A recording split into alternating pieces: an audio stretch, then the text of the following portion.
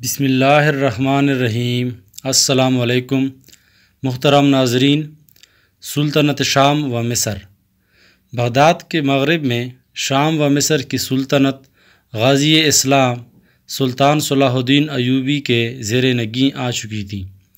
صلاح الدین ایوبی امت مسلمہ کی 100 سالہ دعاؤں کا ثمر تھے۔ گزشتہ ایک صدی سے عالم اسلام کو عیسائی حکمرانوں کے متواتر حملے کا سامنا تھا۔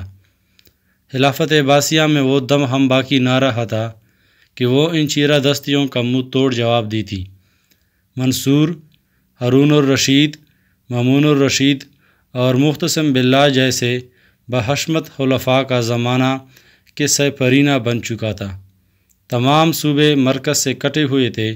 خصوصاً مصر میں فاطمی خاندان کی شیعہ حکومت نے مرکز اسلام کو کمزور سے کمزور تر کرنے میں کوئی کسر باقی نہ رہنے دی تھی۔ ان حالات کے باوجود جب تک ملک شاہ سلجوقی جیسے اولو العزم مجاہد اسلامی سرحدوں کی نگہبانی کا فریضہ انجام دیتے رہے، عیسائیوں کو زیادہ آگے بڑھنے کی جرات نہ ہو سکی۔ 5ویں صدی کے آخر میں ملک شاہ کے وفات پاتی ہی صلیبی سیلاب عالم اسلام کے دروازے پر دستک دینے لگا۔ رجب 492 ہجری بمطابق 1099 عیسوی میں عیسائی سلطنتوں کی متحدہ افواج نے بیت المقدس کا محاصرہ کر لیا۔ 42 دن پر محیط اس محاصرے کے دوران اہل شہر کو کسی بیرونی اسلامی ریاست سے کوئی امداد نہ پہنچ سکی، حتیٰ کہ ماہ شعبان میں عیسائی فوج شہر میں داخل ہو گئیں۔ کئی ہفتے تک مسلم آبادی کا قتل عام جاری رہا۔ صرف مسجد اقصیٰ میں شہید کیے جانے والے 70,000 سے تجاوز کر گئے۔ عیسائی فاتحین کے گھوڑے مقتولین کے خون میں غوطے لگا رہے تھے۔ اس کے بعد تقریباً ایک صدی تک مسلمان قبلہ اول کے لیے ترستے رہے۔ آخر کار مشیت ایزدی نے سلطان صلاح الدین ایوبی کو مسجد اقصیٰ کی بازیابی کے لیے صلیبی حکمرانوں سے ٹکر لینے کا حوصلہ عطا کیا۔ 1172 عیسوی سلطان صلاح الدین ایوبی نے فاطمی شیعہ حکومت کو ختم کر کے مصر میں اپنا اقتدار مضبوط کر لیا۔ اندرونی شورشوں کو رفع کرنے کے بعد 1174 عیسوی میں انہوں نے عیسائی مقبوضات پر دعویٰ بول دیا۔ بلاخر 14 سال کے مسلسل جہاد کا نتیجہ بیت المقدس کی فتح کی صورت میں ظاہر ہوا۔ رجب 583 ہجری بمطابق 1187 عیسوی میں 91 سال کے تعطل کے بعد قبلہ اول پھر فرزندان توحید کے سجدوں سے آباد ہو گیا۔ اس تمام تر تاریخی جدوجہد کے دوران بغداد و خوارزم کی سلطنتیں اپنے اندرونی اور باہمی تنازعات میں الجھی رہیں۔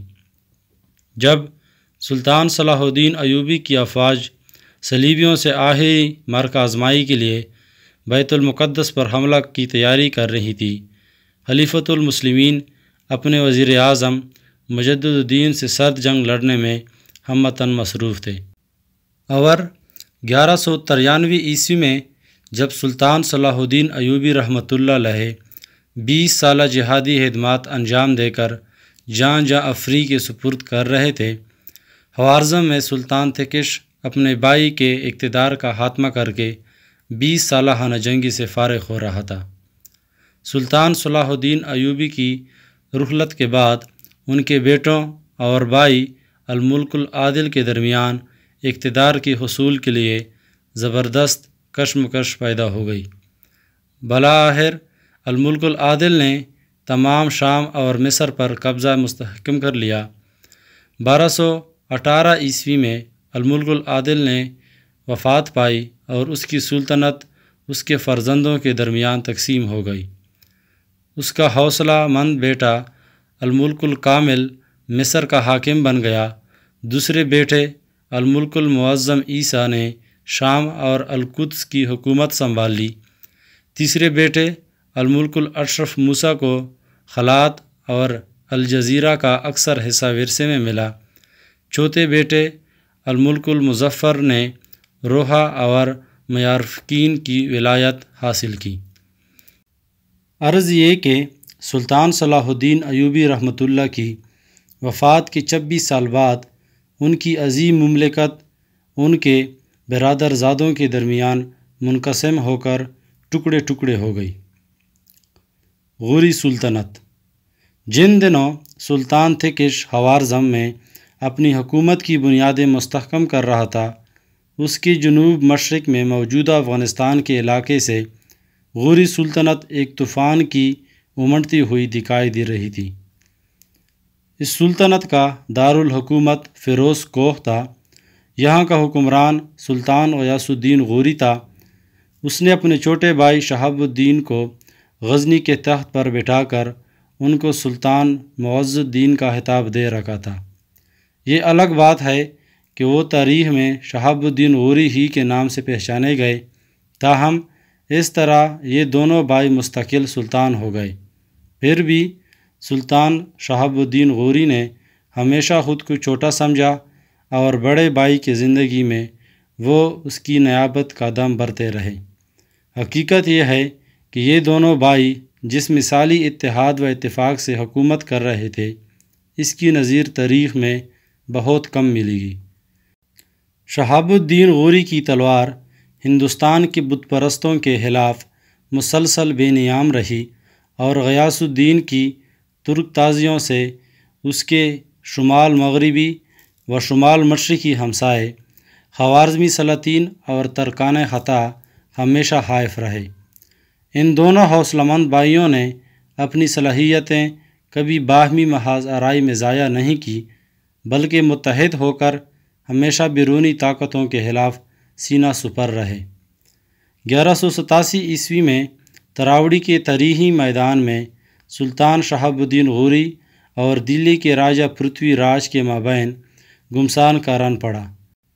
پرتھوی راج کی ٹڈی دل فوج میں 150 راجے اپنے لشکروں سمیت شامل تھے۔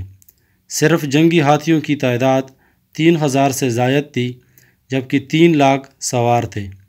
پیادہ افواج کی تعداد کا کوئی شمار ہی نہ تھا۔ شہاب الدین کے سرفروشوں کو اس تعداد سے کچھ نسبت نہ تھی، مگر نصرت خداوندی ان کے شامل حال رہی۔ ہندوؤں کو بڑی عبرتناک شکست ہوئی۔ پرتھوی راج فرار ہوتے ہوئے مارا گیا اور دلی پر غوری حکمرانوں کے ہاتھوں اسلامی پرچم لہرا دیا گیا۔ اس کامیابی کے بعد سلطان شہاب الدین نے چند سال کے اندر اندر مزید فتوحات حاصل کی اور نوخیز غوری حکومت کو غزنی سے بنگال تک وسعت دی۔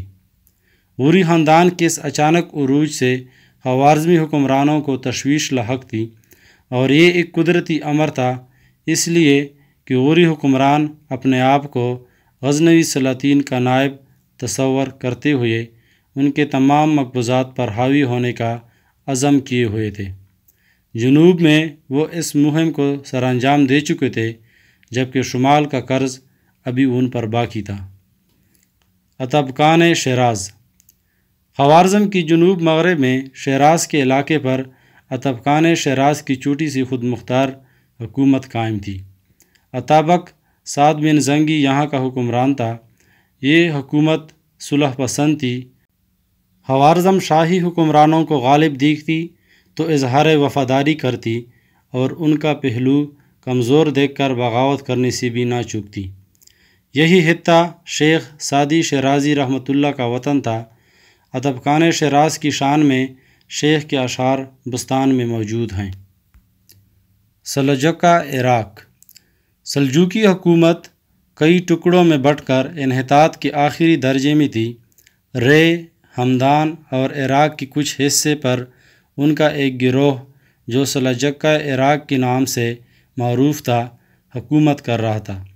ان کا آخری حکمران تغرل ثانی سلطان تکش کا ہم عصر تھا، بے حد دلیر، جنگجو اور قوت جسمانی میں بے مثل تھا۔ اس کی جنگ آزما طبیعت کسی وقت بھی خوارزم کے لیے خطرہ بن سکتی تھی۔ سلجوقہ روم۔ سلجوقی خاندان کا ایک اور گروہ ارض روم یعنی موجودہ ترکی پر قابض تھا۔ یہ فرنگیوں سے بھی ہر وقت حالت جنگ میں رہتے اور خوارزمی حکومت کی بھی مستقل حریف تھے۔ چونکہ خوارزمی اقتدار سلجوقی حکومت کے بطن سے ظہور پذیر ہوا تھا اور سلجوقی حکومت کے زوال کے ساتھ ہی ساتھ خوارزم عروج پذیر ہوا تھا، اس لیے سلجوقی حکمرانوں کی ہر شاخ نے خوارزمیوں کو اپنا مدمقابل خیال کیا۔ سلجوقہ روم کی حکومت کا سلسلہ 7ویں صدی ہجری کے آخر تک قائم رہا۔ ان کا پایہ تخت کونیا تھا۔ یہاں کا حاکم غیاث الدین کی خسرو اول تھا۔ اس کے بعد اس کا بیٹا علاء الدین کی بعد تکش کے وارثین کا ہم اثر رہا۔ اتابکان آذربائیجان۔ اتابکان آذربائیجان بھی سلجوقی حکمرانوں کے پروردہ تھے۔ انہوں نے بھی قوت و شوکت پا کر خود مختار حکومت قائم کر لی تھی۔ 7ویں صدی ہجری میں سلطان تکش کے پوتے جلال الدین خوارزم شاہ کے ہاتھوں یہ حکومت ختم ہو کر خوارزم شاہی مقبوضات میں شامل ہو گئی، مگر اس کے چند سال بعد ہی خود خوارزمی سلطنت بھی مٹ گئی۔ الموت۔ قزوین کے کوہستانی سلسلے میں الموت نامی قلعے میں ملاحدہ کے اجارہ داری تھی۔ نہ صرف خوارزم بلکہ آس پاس کی تمام حکومتیں ان کی چیرہ دستیوں سے تنگ تھیں۔ ان کا بانی حسن بن صباح تھا اور آخری حکمران رکن الدین خور شاہ۔ اس حکومت کا خاتمہ سقوط بغداد کے ساتھ ساتھ ہی ہلاکو خان کے ہاتھوں ہوا۔ اربیل۔ عراق کے نواح میں اربیل کے علاقے پر مظفر الدین ککبری کی چھوٹی سی خود مختار حکومت قائم تھی۔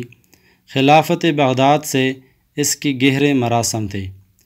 مذکورہ حکومتوں کے علاوہ متعدد چھوٹی چھوٹی خود مختار ریاستوں کے بننے اور ختم ہونے کا سلسلہ اس دور میں بڑی تیزی سے جاری رہا۔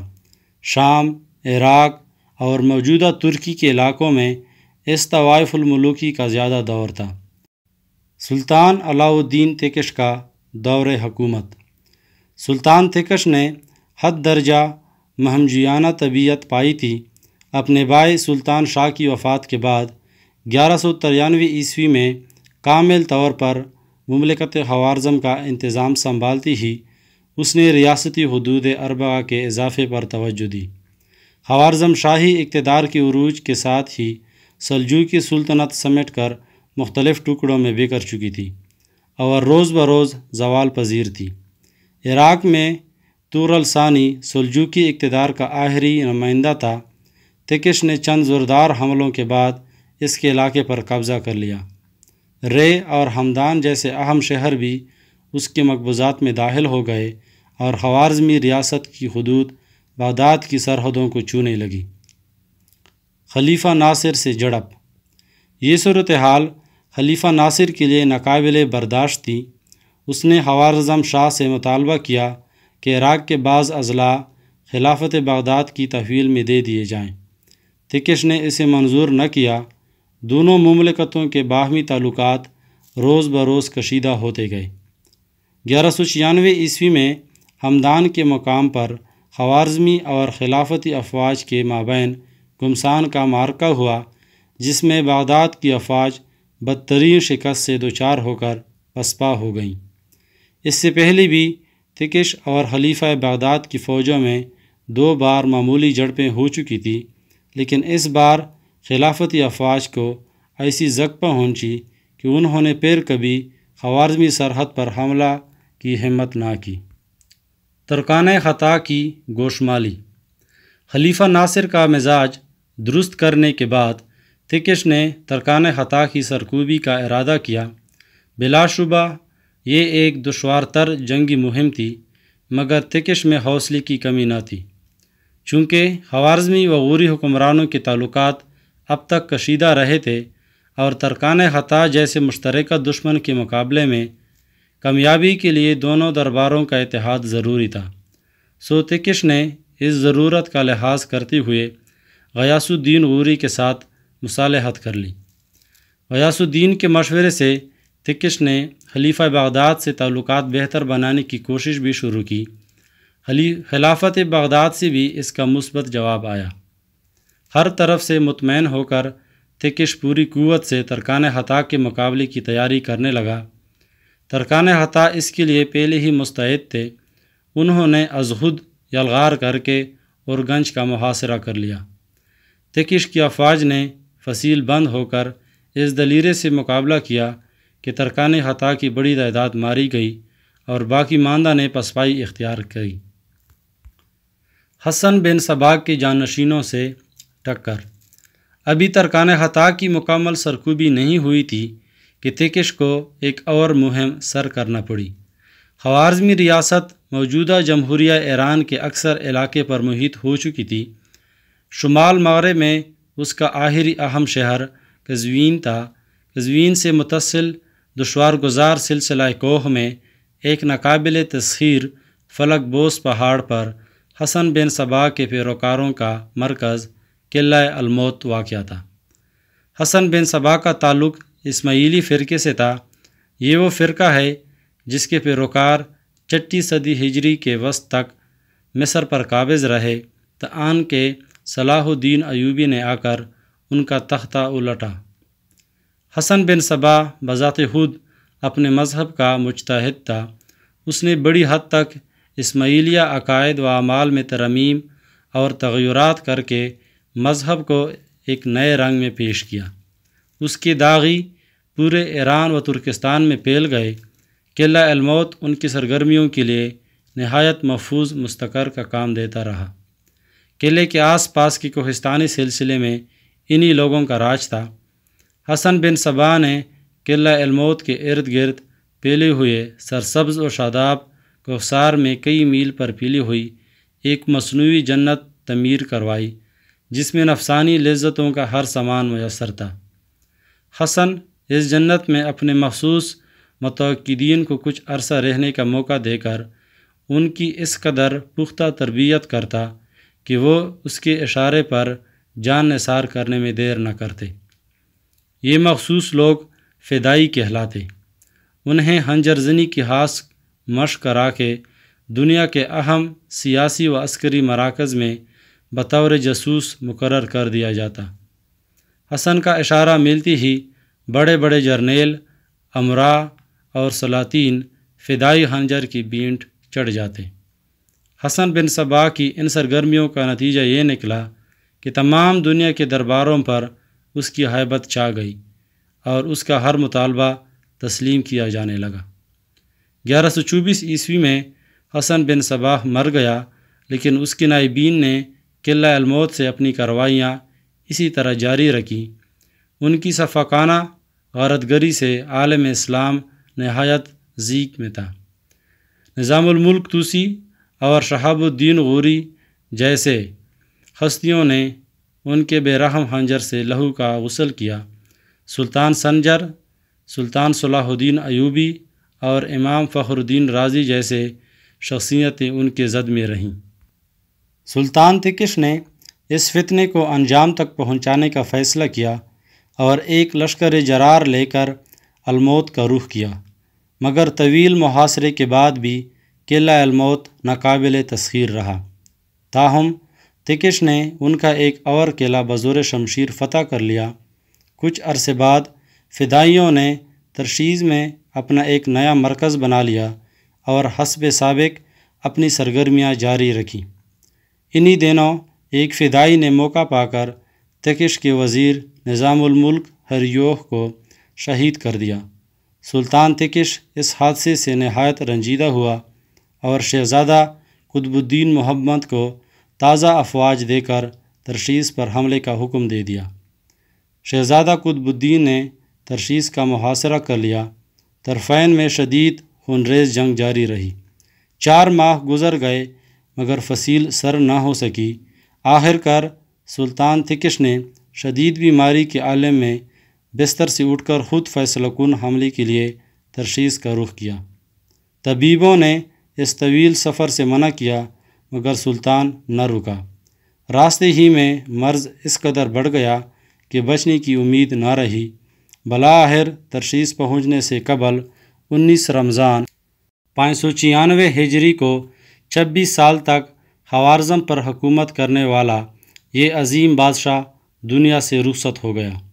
چونکہ اس طویل دور حکومت میں خوارزم کا مرکزی حصہ اورگنج سلطان تکش ہی کے زیر قبضہ رہا، اس لیے اصل حکمران کہلانے کے قابل وہی ہے۔ اس کا چھوٹا بھائی سلطان شاہ 20 سال تک اس سے بھی سود الجھتا رہا، مگر آخر تک کچھ حاصل نہ کر سکا۔ اگر سلطان تکش اس بے فائدہ ہنہ جنگی میں مبتلا نہ ہوتا تو امت مسلمہ ایک عظیم جانی و مالی خسارے سے محفوظ رہ جاتی۔ سلطان تکش علماء کا بڑا قدردان تھا اور مدارس دینیہ کے قیام کا بڑا ولولہ رکھتا تھا۔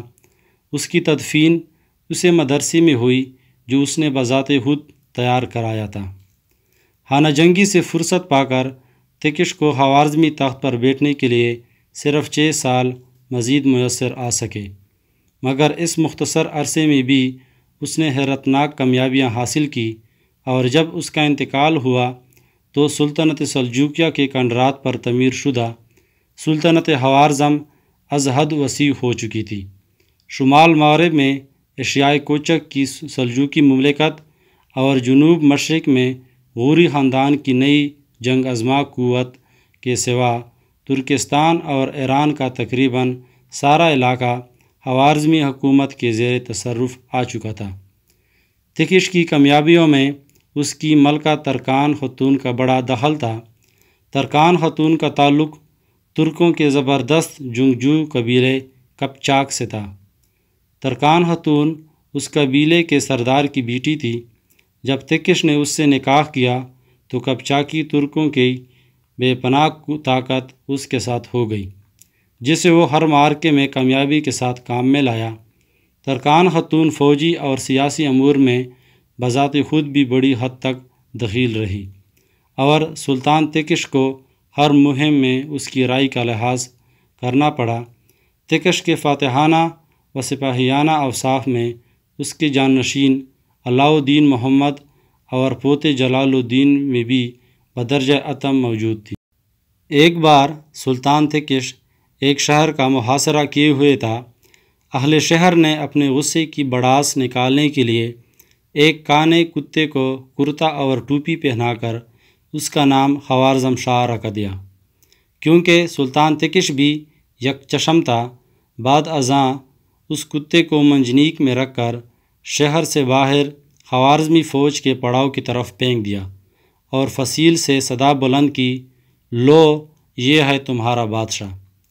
تکش نے ایک طویل محاصرے کے بعد جب شہر فتح کیا تو دیگر اہل شہر کے ساتھ اس شرارت کے منصوبہ سازوں کو بھی معاف کر دیا۔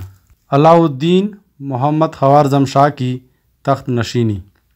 سلطان تکش کی ناگہانی موت کے باوجود بلند ہمت شہزادے نے ترشیس کا محاصرہ جاری رکھا۔ آخر کار اہل شہر صلح پر مجبور ہو گئے۔ صلح کا معاہدہ طے پا گیا۔ قطب الدین محمد نے محاصرہ اٹھا لیا اور جلدی سے پایہ تخت روانہ ہوا۔ اورگنج پہنچ کر 1200 عیسوی کو قطب الدین محمد اپنے باپ کا لقب اختیار کر کے علاء الدین محمد خوارزم شاہ بن کر تخت خوارزم پر براجمان ہوا۔ چونکہ اس کا اصل نام صرف محمد تھا، اس لیے مورخین کبھی اسے محمد خوارزم شاہ کے نام سے بھی یاد کرتے ہیں۔ وہ ہر لحاظ سے اپنے باپ کا صحیح جانشین نظر آتا تھا۔ جرأت، دلیری، جہانگیری و جانداری میں وہ اپنے دور کا سکندر تھا۔ عرب مورخین نے اپنی تواریخ میں اس کی شخصیت کا اچھے لفظوں میں ذکر کیا ہے۔ وہ اپنے باپ کی طرح فقہ حنفی کا پابند، مسلک اہل سنت و الجماعت کا پیروکار، خوش عقیدہ اور دیندار تھا۔ غیرت و شجاعت کی بھی اس میں کمی نہ تھی، لیکن ان تمام تر خوبیوں کے باوجود اس سے چند ایسی سنگین غلطیاں ہوئیں جن کے وبال سے اس کے سارے کارناموں پر پانی پھیر گیا اور عالم اسلام مشرق تا مغرب راکھ کا ڈیر بن گیا۔ غوریوں سے ٹکر۔ علاء الدین محمد کے برسر اقتدار آتی ہی آس پاس کی ریاستوں نے اسے ناتجربہ کار گمان کر کے خوارزم پر چڑھائی کے منصوبے بننے شروع کر دیے۔ حاکم افغانستان غیاث الدین غوری نے سابقہ صلح نامے کا خیال نہ کرتے ہوئے حملہ کر کے خوارزمی سلطنت کے شہروں نسا، مرو اور سرخس پر قبضہ کر لیا۔ اس کے بعد طوس اور نشاپور پر یلغار کر کے انہیں بھی غوری سلطنت میں شامل کر لیا۔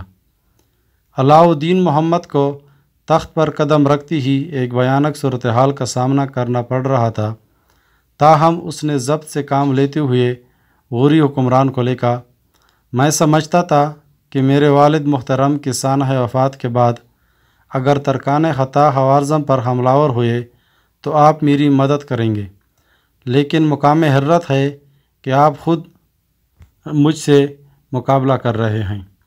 یہ مردانگی کے خلاف ہے، آپ میری ریاست سے افواج واپس بلا لیں، ورنہ میں ترکان خطا سے مدد لینے پر مجبور ہو جاؤں گا۔ غیاث الدین نے اس مراسلے کا کوئی مثبت جواب نہ دیا۔ اس پر علاء الدین محمد شمشیر بکف ہو کر میدان جنگ میں اتر پڑا اور غوری و خوارزمی سپاہ میں ایک طویل مارکہ آزمائی کا سلسلہ شروع ہو گیا۔ غوریوں کی قیادت غیاث الدین غوری کے ہاتھ میں تھی۔ سلطان شہاب الدین غوری ہندوستان کے مہمات میں مصروف تھے۔ ان کی انتک جہادی سرگرمیوں کے باعث پشاور سے لے کر دلی اور بنگال تک علاقہ اسلامی حکومت میں داخل ہو گیا تھا۔ سلطان شہاب الدین کی ہندوستان سے فاتحانہ واپسی ہوئی تو غوریوں کو مزید تقویت حاصل ہوئی اور ان لڑائیوں میں مزید شدت آ گئی۔ اسی اثناء میں غیاث الدین غوری کی وفات ہو گئی۔ اب سلطان شہاب الدین کو بذات خود حوث اقتدار کی ان جنگوں کی قیادت کرنا پڑی جو امت مسلمہ کے لیے سراسر سبب خسران تھی۔ ایک فیصلہ کن مقابلے کے لیے جنگی ہاتھیوں پر مشتمل لشکر جرار لے کر سلطان شہاب الدین خوارزم کے پایہ تخت پر حملہ آور ہوئے۔ خوارزمی فوج نے خود شہر بند ہو کر عقب سے دریائے جیجو کی اس نہر کا بند کاٹ دیا جس کے کنارے غوری افواج ہمت تھی۔ غوری افواج کے پڑاؤ کا میدان ایک بڑی جھیل میں تبدیل ہو گیا اور غوری افواج کو اس سے نکلنے ہی میں 40 دن صرف ہو گئے۔ اس غیر متوقع صورتحال کے بعد سلطان شہاب الدین اپنی افواج کو لے کر واپس ہو گئے۔ راستے میں خوارزمی افواج کے چھاپہ مار دستوں اور ترکان خطا کی چیرہ دستیوں نے اس کی بہت کم فوج کو زندہ سلامت وطن واپس پہنچنے دیا۔ اپریل 1206 میں سلطان شہاب الدین پھر ہندوستان کی مہم پر نکلے۔ اس دوران وہ دریائے جہلم کے کنارے آرام کر رہے تھے کہ ایک فدائی کے خنجر سے اس نے جام شہادت نوش فرمایا۔ سلطان شہاب الدین غوری کی شہادت غور کی نوحیز سلطنت کے خاتمے کا پیش خیمہ ثابت ہوئی۔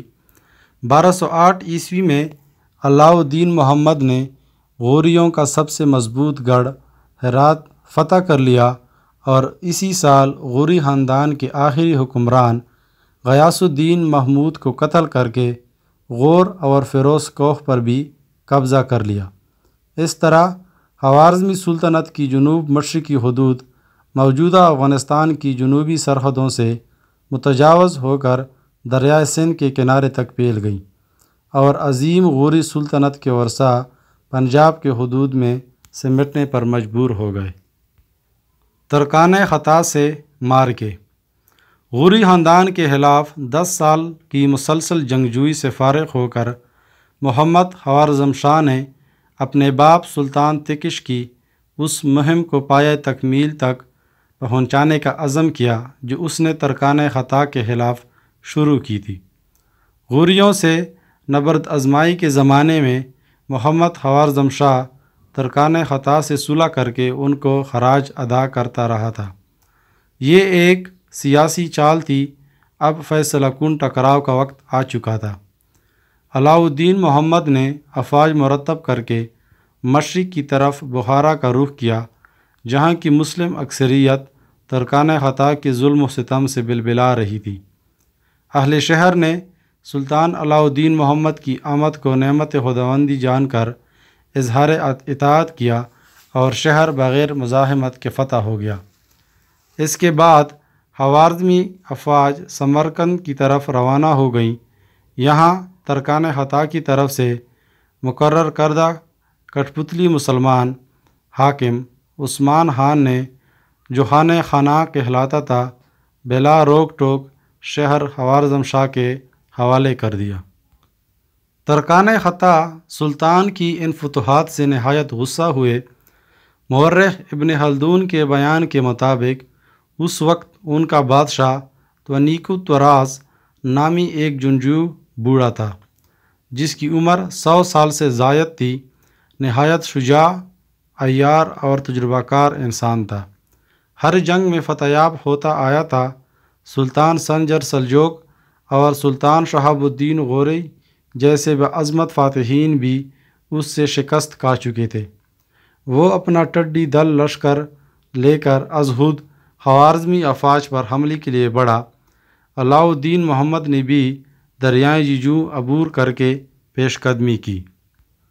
ربیع الاول 606 ہجری میں دونوں لشکر ایک صحرا میں آمنے سامنے ہوئے۔ یہ جمعے کا دن تھا۔ سلطان علاء الدین نے حکم دیا کہ تیر انداز اور شمشیر زن اس وقت تک حرکت میں نہ آئے جب تک مساجد میں خطبوں کے دوران خطیب اللہ منصور جیوش المسلمین نہ کہہ دے۔ جو ہی یہ وقت آیا سلطان علاء الدین کے اشارے پر مسلمانوں نے حملہ کر دیا۔ نصرت خداوندی سلطان علاء الدین کے ساتھ تھی۔ گمسان کی لڑائی کے بعد ترکان خطا کے قدم اکڑ گئے۔ ان کی بے شمار فوج تہہ تیغ ہو گئی۔ خود شاہ تونیکو توراز زخمی ہو کر گر پڑا۔ ایک مجاہد جو اسے جانتا نہ تھا بجلی کی طرح لپکا۔ وہ اس کا سر اڑانے کے لیے تلوار سونت چکا تھا کہ قریب کھڑی خطائی باندی نے چلا کر کہا، اسے قتل مت کرو، یہ ہمارا بادشاہ ہے۔ سپاہی اسے گرفتار کر کے سلطان علاء الدین محمد کے پاس لے گیا جس نے اسے گرفتار شدگان کے ساتھ خوارزم کے قید خانے میں بیچ دیا۔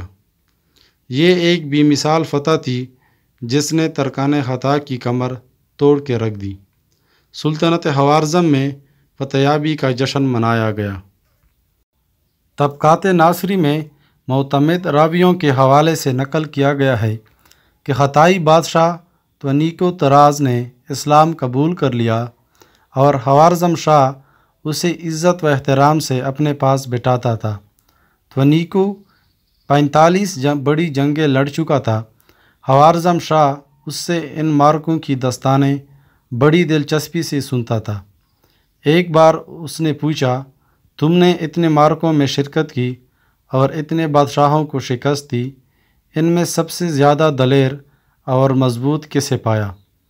تونیکو نے جواب دیا، شہاب الدین غوری سے زیادہ باہمت، دلیر اور مضبوط میں نے کسی کو نہیں پایا۔ اگر اس کا لشکر تازہ دم ہوتا تو میں اسے کبھی شکست نہ دے سکتا، مگر اس کا لشکر قلیل اور گھوڑے تکے ماندے تھے جس کے باعث میں جیت گیا۔ خوارزم شاہ نے کہا، تم سچ کہتے ہو۔